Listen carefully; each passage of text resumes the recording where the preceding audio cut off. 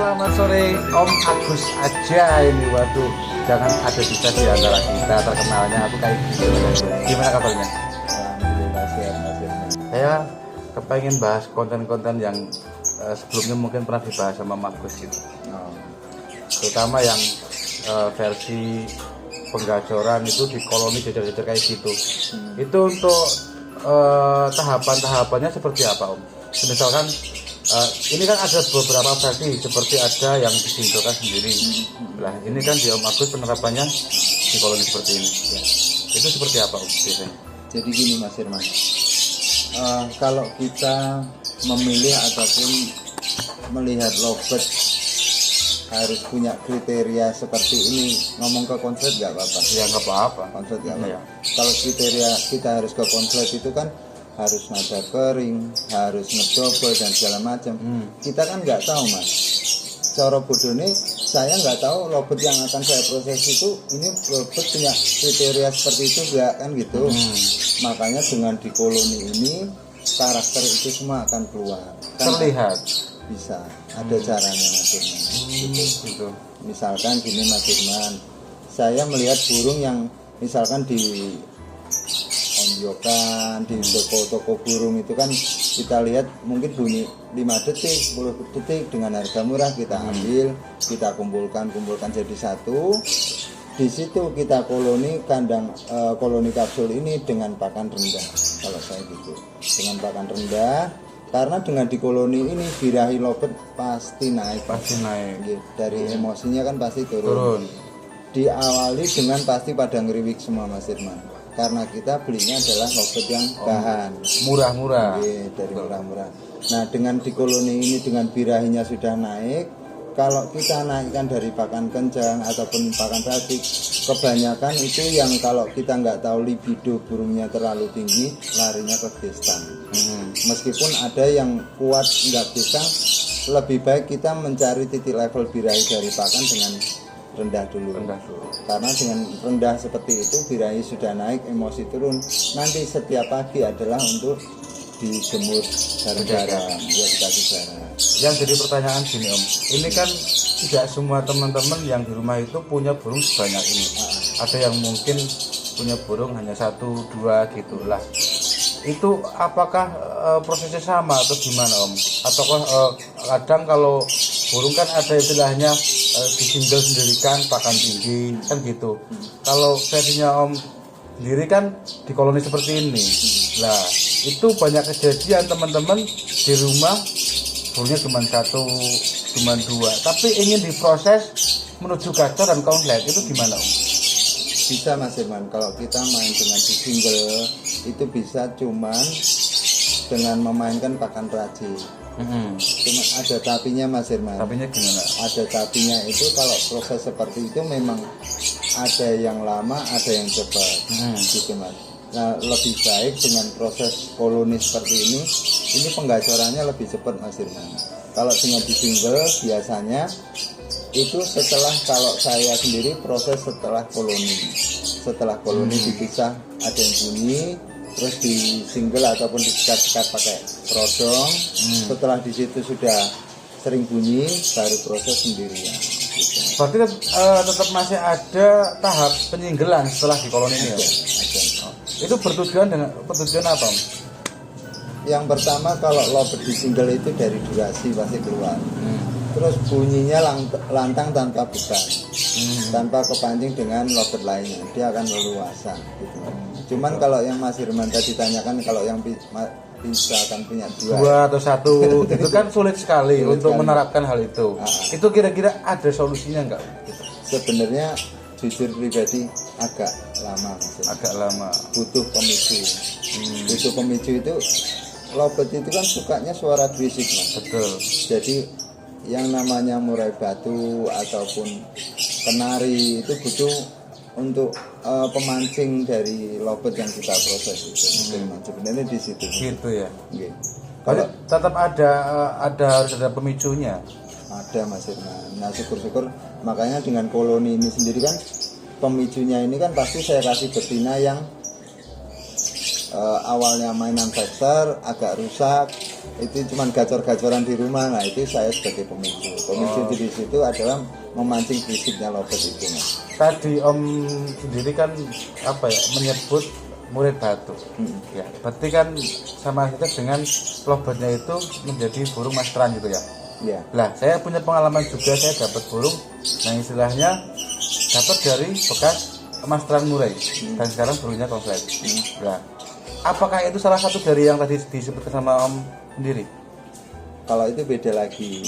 Kalau yang cuman kedua di ruangan toh, itu beda lagi. Kalau itu enak mainan faktor Mas. Kalau untuk ke konslet itu bisa juga. Sebenarnya kalau ke konslet dengan ditekannya murai batu itu kan karena semakin rajinnya lobet karena merasa kena tekanan murai itu juga bisa Mas. Untuk prosesnya seperti itu. Cuman kedepannya tetap harus dicarikan pasangan atau penuntulan gitu Mas. Yang benar-benar pas juga. Ya kalau pasnya kan agak susah Mas. Sebenarnya kalau untuk untulan sendiri kan awal-awalnya cuma sebagai peredam. Gitu aja Mas. Soalnya kalau buru-buru kita untuk mengarahkan teman-teman ini harus carikan untulan ini, lama-lama bingungnya nanti setelah dicarikan untulan ambiar kan gitu Mas. Cuman dengan metode koloni seperti ini insya Allah nggak akan gitu. Ya. Ini tadi membahas juga seputar ketika di koloni kayak gini, secara otomatis dengan tidak memakai pakan tinggi pun biranya akan naik. Iya. Tapi emosi turun. Iya. Caranya untuk menaikkan emosinya seperti apa? Kadang kan burung katanya itu, katanya ini saya bilang katanya. Ketika emosinya turun, terlalu turun dan biranya naik, untuk gacornya itu susah. Itu gimana menurutnya Om aku sendiri? Kalau dengan penjemuran setelah dari koloni yang awalnya dimulai dari ngeriwik, setelah kena matahari masuk, lama-lama burung itu yang dominan pasti akan bunyi dulu, bunyi satu, bunyi semua. Itu Mas. Misalkan dari koloni ini prosesnya ini baru seminggu ataupun 2 minggu, ini jangan berharap langsung ke gacor. Karena proses dari dijejer-jejer di depan ataupun digantung dengan dikasih jarak, misalkan belum berani bunyi, itu step berikutnya kan disendirikan Mas. Biar dia bunyi sendiri toh. Setelah bunyi sendiri nanti baru proses koloni lagi. Loh, berarti setelah disendirikan itu ada proses koloni lagi? Itu buat apa Om proses gitu?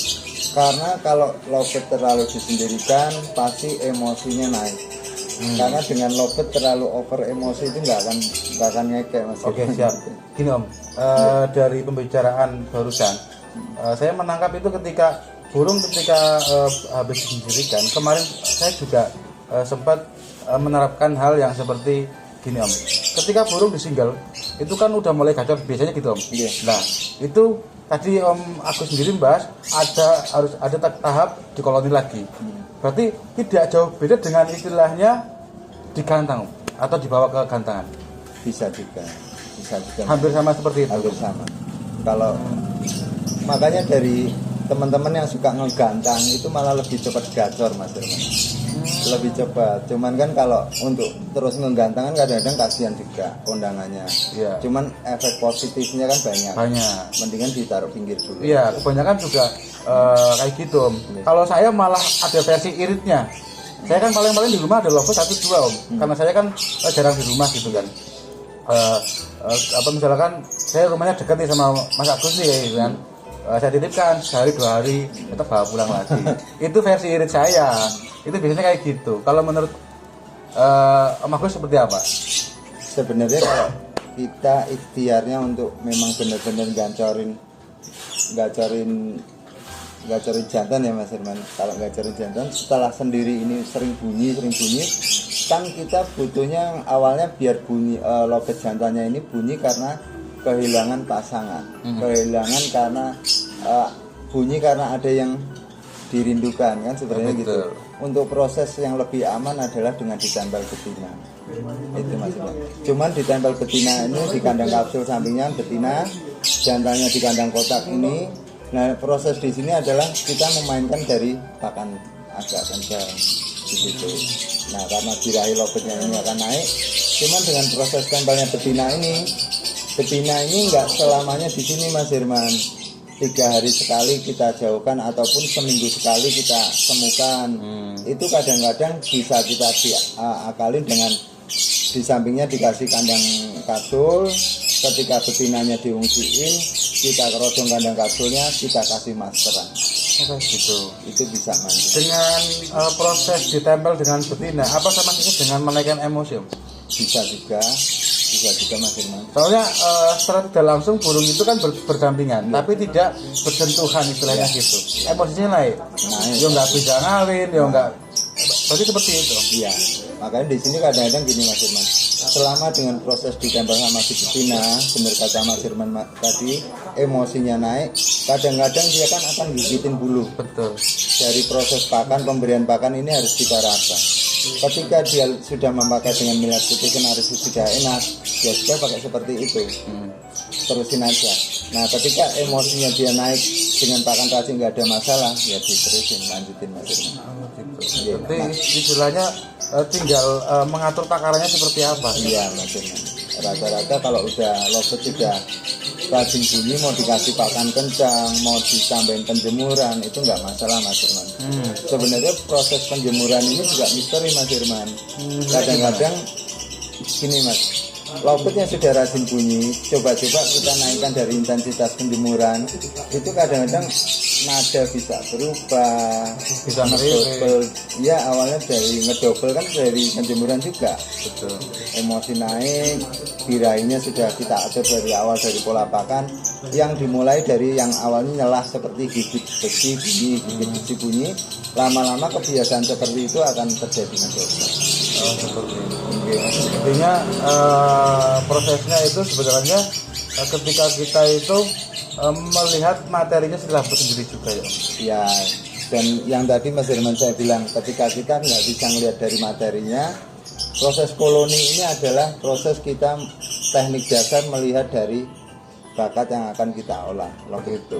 Ketika kita dari kumpulin pisah, kita akan tahu, oh si lobet ini yang ini sudah enak, sudah keluar nada kering, yang ini masih terjadi seperti ini, ya berarti kita fokusin salah satu dulu Mas Herman.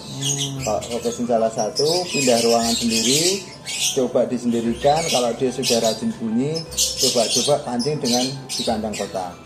Cuman kalau memang ikhtiarnya kegantangan, itu bisa dicarikan dengan jodoh jantan sama jantan.